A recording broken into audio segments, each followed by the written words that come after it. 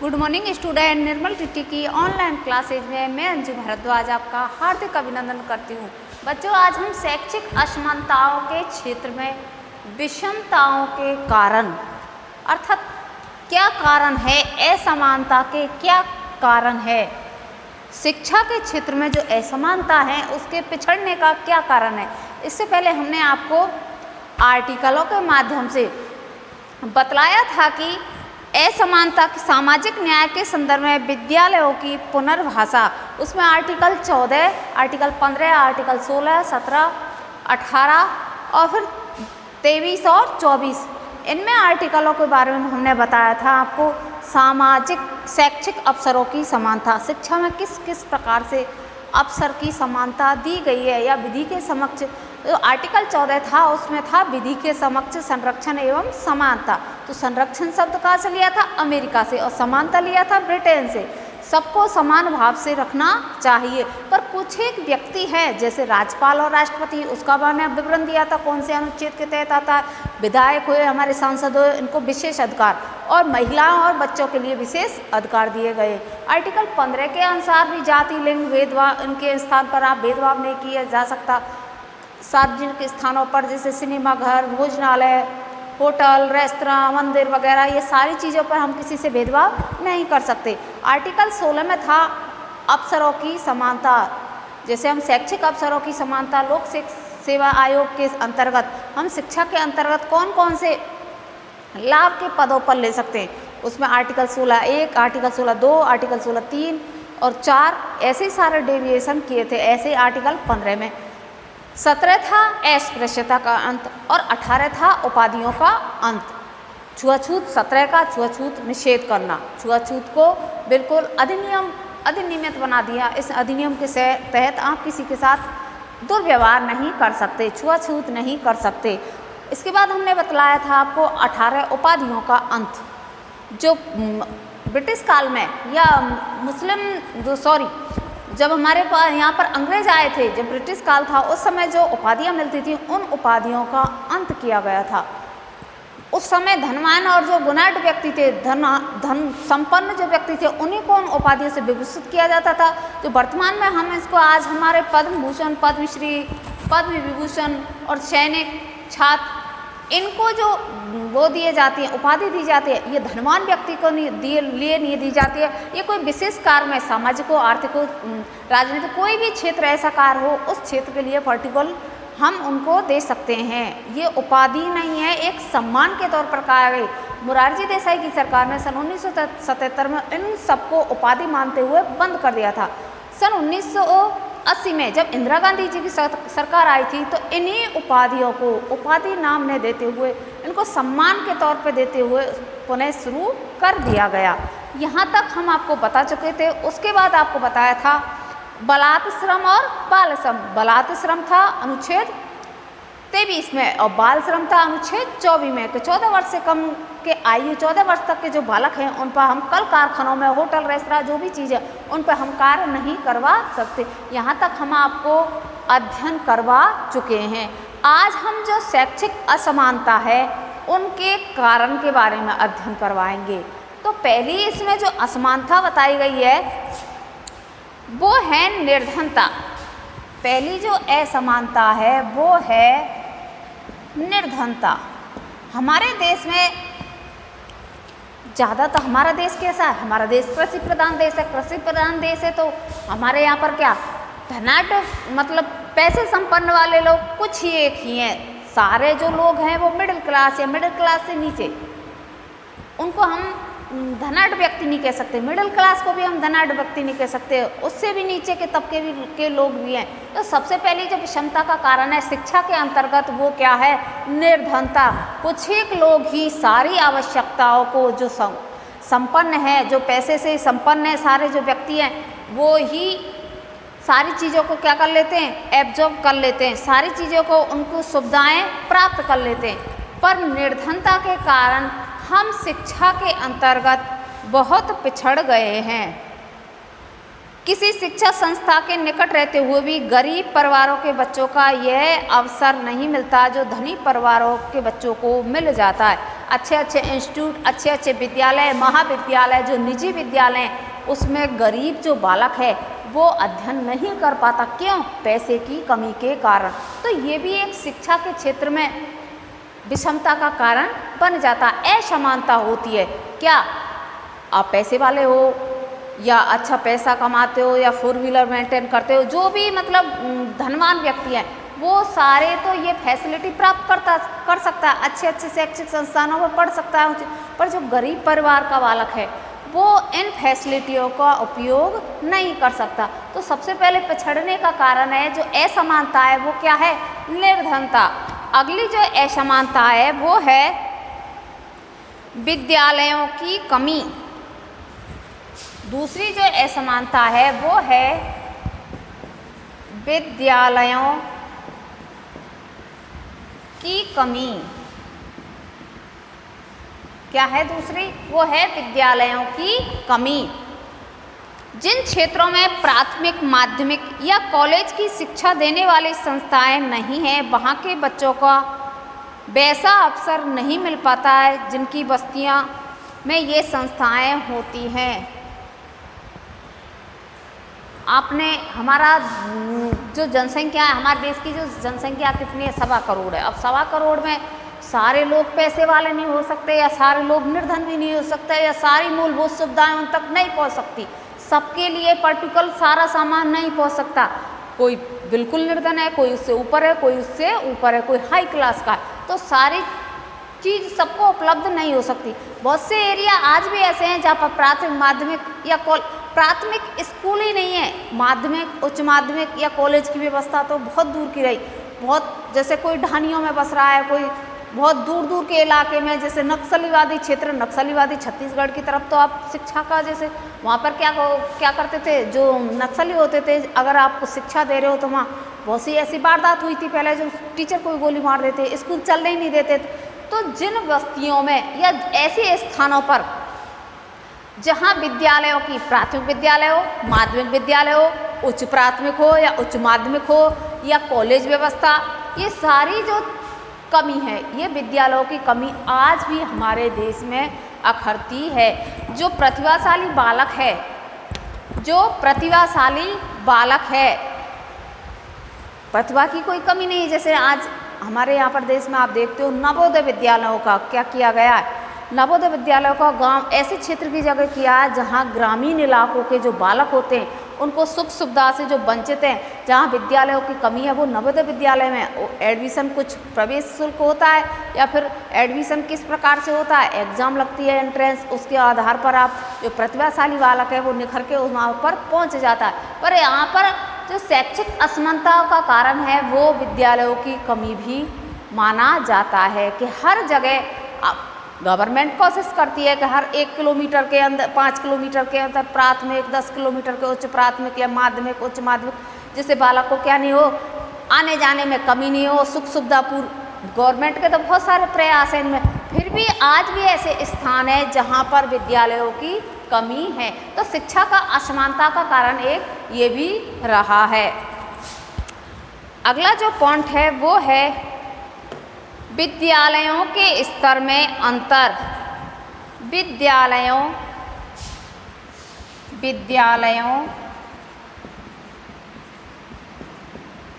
के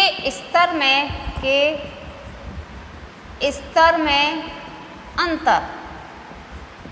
विद्यालयों के स्तर में अंतर शिक्षा की विषमता का एक और बड़ा दुस्साध्य रूप स्कूल तथा कॉलेज के अपने अपने भिन्न स्तरों के कारण उत्पन्न हुआ है। जब किसी विश्वविद्यालय या वृत्तिक कॉलेज जैसी संस्था में प्रवेश उन अंकों के आधार पर होता है जो माध्यमिक स्तर की समाप्ति की गई है, सार्वजनिक परीक्षा में प्राप्त हुए हों, तब ग्रामीण क्षेत्र के साधनहीन स्कूलों में पढ़े छात्र अच्छे शहरी स्कूलों में पढ़े छात्रों की अपेक्षा नुकसान में रहते हैं और वे प्रवेश के समान अवसर का लाभ नहीं उठा पाते हैं। ये तो हो गई आपकी लैंग्वेज, किसकी, बुक्स की, जो कहते हैं। अब हम व्यवहारिक रूप में अगर इसको समझें कि विद्यालयों के स्तर में अंतर कैसे, ग्रामीण क्षेत्र के आपने विद्यालय देखेंगे और शहरी क्षेत्र के विद्यालय देखेंगे। ग्रामीण क्षेत्र की जो विद्यालय की व्यवस्था बिल्कुल ही चरमरा गई है। वहाँ पर कोई टाइम का शेड्यूल नहीं है, कितने बजे आना, कितने बजे ना जाना है, बच्चों को किस प्रकार से मोटिवेशन करें, बच्चों को किस हिसाब से हम पढ़ाई दें। और जो शहरी क्षेत्र के जो बालक हैं वहाँ पर क्या होता है, सारा बिल्कुल योजनाबद्ध कार्य किया जाता है, क्रम वाइज क्रम वहाँ पर काम करते हैं। तो वहाँ के छात्रों का जो गुणात्मक या परिमाणात्मक जो आकलन किया जाता है, एग्जाम के माध्यम से जो आकलन किया जाता है, बच्चों की जांच की जाती है, तो उनका स्कोर ग्रामीण क्षेत्र के बालकों के स्कोर से हाई बैठता है, जो उन छात्रों को नुकसान पहुंचाता है। कौन से छात्रों को? ग्रामीण छात्रों को।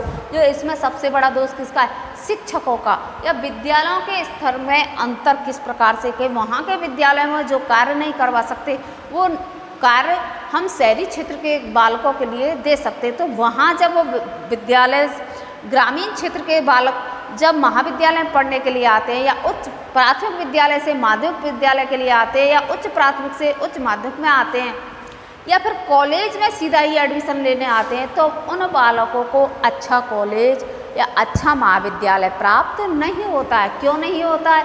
क्योंकि उनको अंकों का सामना वहाँ करना पड़ता है। उनके अंक वहाँ कैसे आते हैं? उनके अंक वहाँ पर कमी आती है।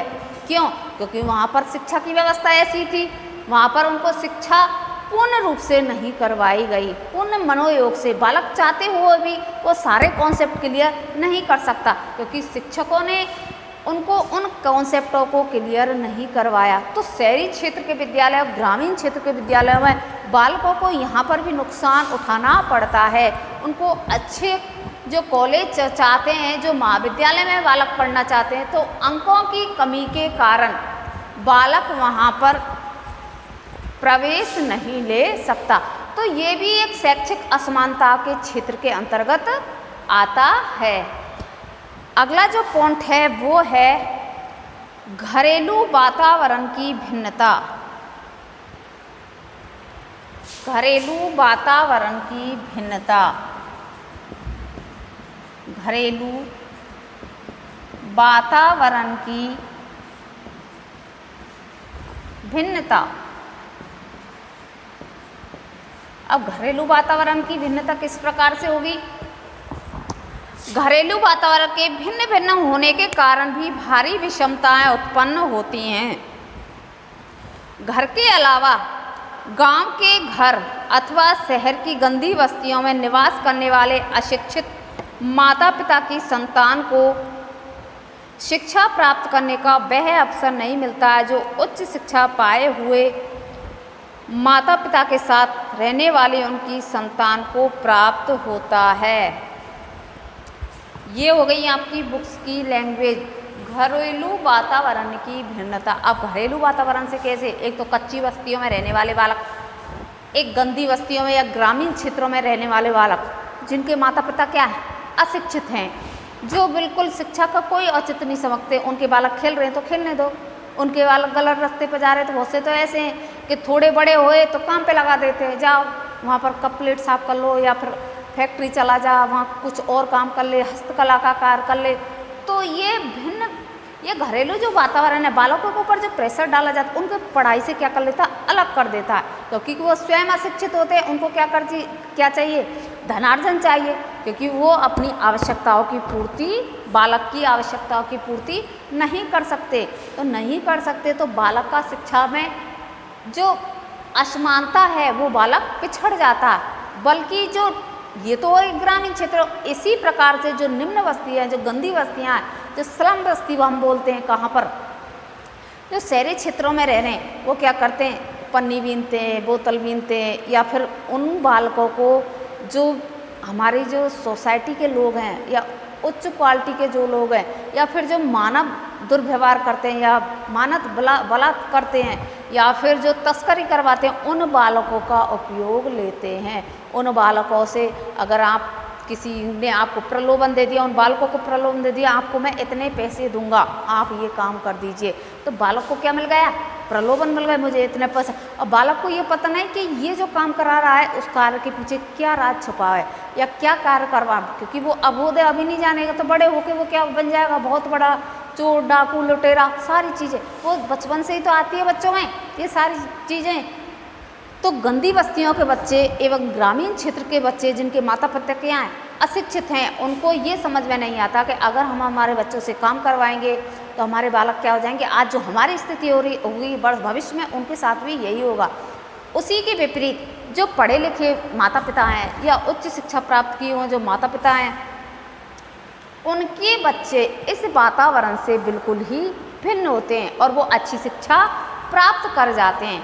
तो ये भी एक शैक्षिक असमानता का कारण होता है कि जिन बच्चों के माता पिता क्या नहीं होते, पढ़े लिखे नहीं होते, अशिक्षित होते हैं, उन बालकों के लिए शिक्षा प्राप्त करना, वो शिक्षा का सी भी नहीं जान सकते, वो शिक्षा का जो शिक्षा होती है उसका ये भी इसका अर्थ भी नहीं जान सकते कि शिक्षा क्या होती क्या है, क्योंकि उनको शिक्षा के बारे में नहीं बताया। नहीं, आप तो ये कार्य कीजिए, तुम्हें पैसा कमा के लाना है।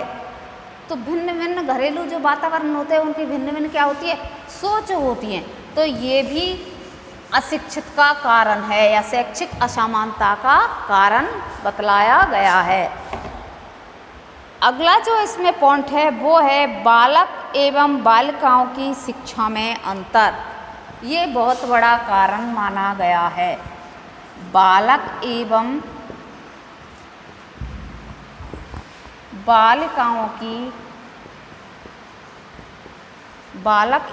बालिकाओं की शिक्षा में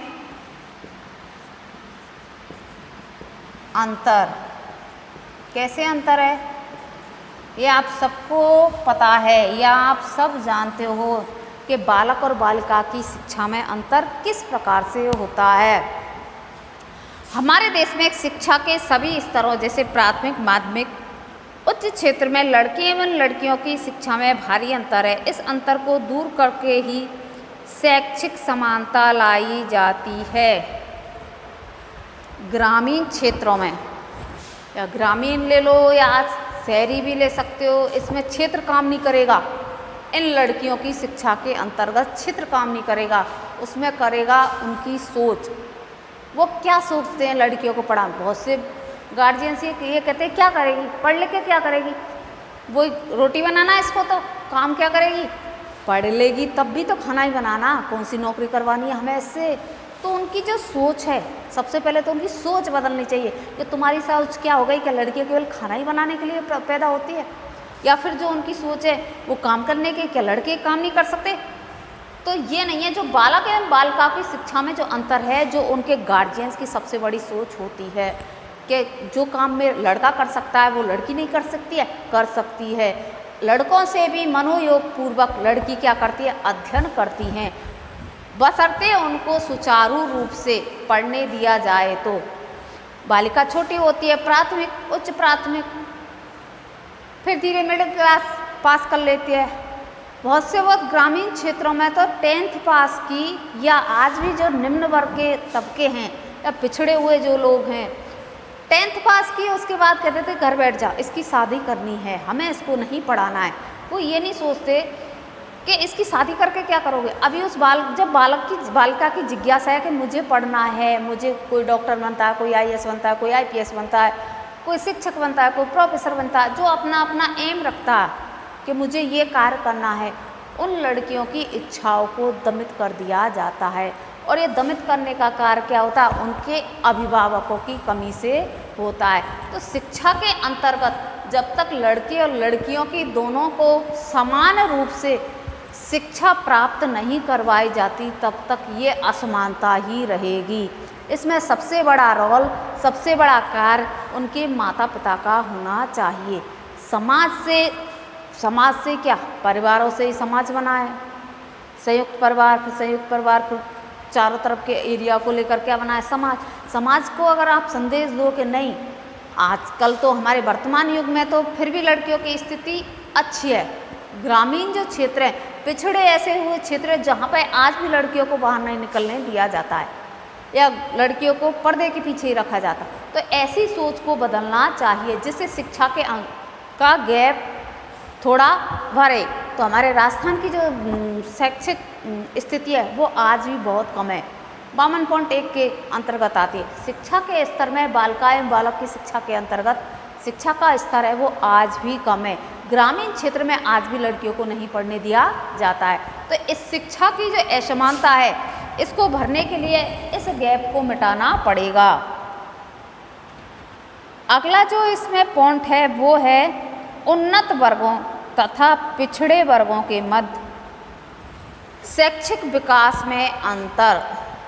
उन्नत वर्गों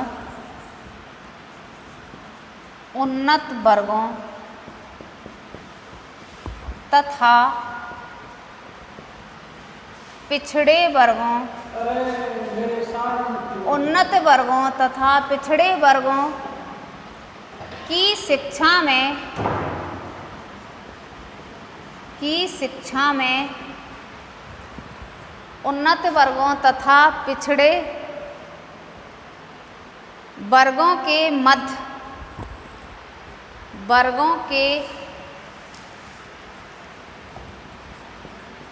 मध्य शैक्षिक उन्नत वर्गों तथा पिछड़े वर्गों के मध्य शैक्षिक विकास में अंतर। शैक्षिक विकास में अंतर। उन्नत वर्गों तथा पिछड़े वर्गों के शैक्षिक विकास में अंतर।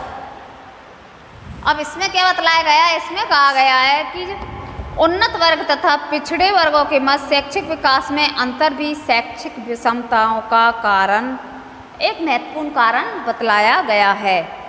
इन वर्गों के मध्य यह अंतर प्रतिदिन बढ़ता जा रहा है।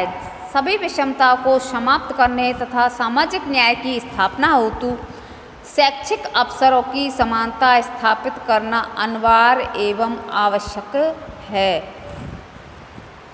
उन्नत वर्ग जो पैसे वाले लोग हैं और जो पिछड़े लोग हैं उनके क्षेत्र में शैक्षिक जो क्षेत्र है वो क्या है? उनके बीच में अंतर को कम करना, तभी ये शैक्षिक असमानताओं की विषमता में गैप कम होगा। जो धनाढ़ लोग हैं, जो पैसे वाले लोग हैं, वो क्या करते हैं? वो अच्छे से अच्छे स्कूलों में पढ़ सकते हैं, महाविद्यालय में पढ़ सकते हैं, अच्छे से अच्छे डिग्री हासिल कर सकते हैं या कोई भी कार्य कर सकते हैं। क्यों? वो धन संपन्न लोग हैं, अर्थात धनाढ़ लोग हैं। और जो पिछड़े हुए लोग हैं जिनको वो शिक्षा का अर्थ भी नहीं समझ सकते, शिक्षा होती क्या है, जो कुछ थोड़े बहुत समझते हैं तो उनको निर्धनता के अंतर्गत आ जाते हैं, वो पिछड़े होते हैं। वो ये नहीं समझते कि मुझे ये कार्य करना है तो मैं ये कार्य किस प्रकार से करूँगा, इसको करने से मुझे क्या लाभ होगा, क्या हानि होगी। तो पिछड़े वर्गों के मध्य और उन्नत वर्गों के जो जिन्होंने क्या कर लिया, उन्नति कर ली है, तो उनके मध्य इस गैप को मिटाना बहुत ही आवश्यक रूप से आवश्यक है। क्यों? क्योंकि अगर दोनों में समानता नहीं होगी तो हमारे शैक्षिक अवसरों की जो असमानता है, समाज के अंतर्गत जो वर्गों के मध्य जो अंतर है, तब तक एकता नहीं आएगी, शिक्षा के क्षेत्र में समानता नहीं आएगी। दोनों वर्ग को सम्मिलित किया जाना बहुत ही जरूरी माना गया है। तो पिछड़े वर्ग और उन्नत वर्ग, जो पिछड़े हुए हैं, कुछ नहीं जानते, जैसे आपने बालक को साइकोलॉजी में पढ़ा होगा, समस्यात्मक बालक होते, प्रतिभाशाली बालक होते, सृजनशील बालक होते और पिछड़े हुए बालक होते। तो ये पिछड़े ये नहीं है कि वो सारे सब्जेक्टों में पिछड़े होते, कुछ ऐसे सब्जेक्ट होते हैं, जैसे बहुत से तो मैथ में होशियार होते हैं, कोई साइकोलॉजी में होशियार होता है, ये कोई साइंस में होता है, और बहुत से क्या होते हैं हिंदी, संस्कृत और जो अंग्रेजी है उसमें पिछड़े। तो पिछड़े वाला ये नहीं कि सारी तरह से हो सकता है उसका माइंड और किसी में हो। तो पिछड़े वालों को भी आप उन्नत वर्गों के साथ में क्या करना चाहिए, उनके शिक्षा के क्षेत्र में समन्वय स्थापित किया जाना चाहिए। उन्नत वर्ग और पिछड़े वर्गों के मध्य में शिक्षा के क्षेत्र में समन्वय स्थापित किया जाना चाहिए। सभी विषमताओं को समाप्त करने तथा सामाजिक न्याय की स्थापना हेतु शैक्षिक अवसरों की समानता स्थापित करना अनिवार्य एवं आवश्यक है। जो ये पॉइंट मैंने बताए हैं, इनको सभी हैं। जो पहला है निर्धनता को भी समाप्त किया जाना चाहिए। जो सुविधाएं आप धनाढ़ वर्ग के बच्चों को दे रहे हो। सरकार को हमारी को ये प्रयास करना चाहिए कि वो सारी सुविधाएं सरकारी विद्यालयों में उपलब्ध की जाए। जो निजी विद्यालयों में बालक पढ़ रहे हैं उनके के अंतर्गत उनको सरकारी विद्यालयों में सुलभ की जाए, जिससे बालक का जो शैक्षिक स्तर है वो उच्च हो सके। बालक पढ़ने में मनोयोग से बहुत ही सहायक सिद्ध होता। तो निर्धनता के जो कारण है वो इसमें शिक्षक को क्या करना चाहिए, बालक की निर्धनता को कारण न समझते हुए उनको सारी मूलभूत जो सुविधाएं हैं वो प्रदान की जानी चाहिए। दूसरा है विद्यालयों की कमी। तो हमारी गवर्नमेंट को ये करना चाहिए कि जहाँ ढानी है, जो बहुत दूर क्षेत्र एरिया, वहाँ पर प्राथमिक और माध्यमिक विद्यालयों की स्थापना की जानी चाहिए। उसी प्रकार से विद्यालयों के स्तर में अंतर, जो शैक्षिक ग्रामीण विद्यालयों में जो विद्यालय हैं और जो शहरी क्षेत्र के जो विद्यालय हैं, उन विद्यालयों के शिक्षा के क्षेत्र के अंतर्गत शैक्षिक जो स्तर है उस स्तर में कमी आनी चाहिए, तभी शैक्षिक असमानताओं में कमी आएगी। शिक्षा के अंतर्गत जो असमानता आई हुई है तभी कमी आ सकती है। उसके बाद घरेलू वातावरण की भिन्नता, इसमें अपने जो अभिभावक होते हैं उन अभिभावकों का कर्तव्य होता है कि वो बालक को शिक्षा के लिए जागृत करें, उनकी रुचि जागृत करें, उनको लालायित करें कि आप अगर शिक्षा प्राप्त करोगे कि आप इतने बड़े आदमी बन जाओगे, आप IAS IPS सारे कार्य कर सकते हो। उसके बाद है बालक एवं बालिकाओं की शिक्षा में अंतर। बालक एवं बालिकाओं की शिक्षा के अंतर, तो बालक और बालिका को भेद न करते हुए, उनके अंतर विभेदीकरण का न करते हुए दोनों को समान रूप से शिक्षा देनी चाहिए। तुम घर पे बैठ जाओ, तुम लड़की हो, तुम काम करो, भैया तुम्हारा पढ़ने जाएगा। तो इस अंतर को समाप्त करके ही हम शिक्षा में जो असमानता है उसको समान रूप से समानता के लाने के लिए इस गैप को हमें भरना पड़ेगा। लास्ट था इसका उन्नत वर्गों एवं पिछड़े वर्ग के मध्य शैक्षिक विकास में अवसर की समानता। जो पिछड़े वर्ग के लोग हैं और उन्नत वर्ग के लोग हैं उनके मध्य जो गैप आ रहा है, जो पढ़ाई जो पिछड़े वर्ग के नहीं कर पा रहे हैं उनको शिक्षक का ये कर्तव्य है या विद्यालय गवर्नमेंट का हमारा कर्तव्य है कि उनको एक्स्ट्रा क्लास करके एक्स्ट्रा नॉलेज दे करके उन बच्चों को उन्नत वर्ग के जो बालक हैं उनके अनुसार सरकारी जो विद्यालय हैं उनमें सारी मूलभूत सुविधाएं उपलब्ध की जानी चाहिए। तो हमारी जो अब वर्तमान में जो गवर्नमेंट है वो सारे प्रयास कर रही है कि बालकों को किसी प्रकार की कोई भी कमी का सामना नहीं करना पड़े। तो हमारे विद्यालयों में गवर्नमेंट स्कूल में मिड डे मील, दूध योजना, खाना वहीं सारी चीज़ों की टाइम पे जो सारी मूलभूत जो आवश्यकता है उनको खेलना, खाना, पीना, केवल बालक को जाना, किताब भी निःशुल्क, ये सारी जो सुविधाएं हैं गवर्नमेंट ने आज की क्षेत्र में, आज के वर्तमान युग में ये सारी सुविधाएं फ्री कर दी गई हैं। पर ये उन अभिभावकों का कर्तव्य है कि वो अपने बच्चों को क्या करें, विद्यालय में जाने के लिए प्रेरित करें, उन्हें किसी प्रकार से विद्यालय में जाने के लिए उनकी रुचि जागृत करें। तो आज हमने आपको शैक्षिक असमानताओं के क्षेत्र में विषमताओं के कारण क्या क्या विषमताएं आई हैं उनको विश्लेषण किया, जैसे निर्धनता, विद्यालयों कमी, विद्यालयों के स्तर में अंतर, बालक बालिका क्षेत्र में अंतर, उधर घरेलू वातावरण और उन्नत वर्ग एवं पिछड़े वर्गों के मध्य शैक्षिक असमानता, इनका हम अध्ययन करवा चुके हैं। नेक्स्ट क्लास में हम जो दूसरा आपका टॉपिक है उसका अध्ययन करवाएंगे। तब तक के लिए धन्यवाद।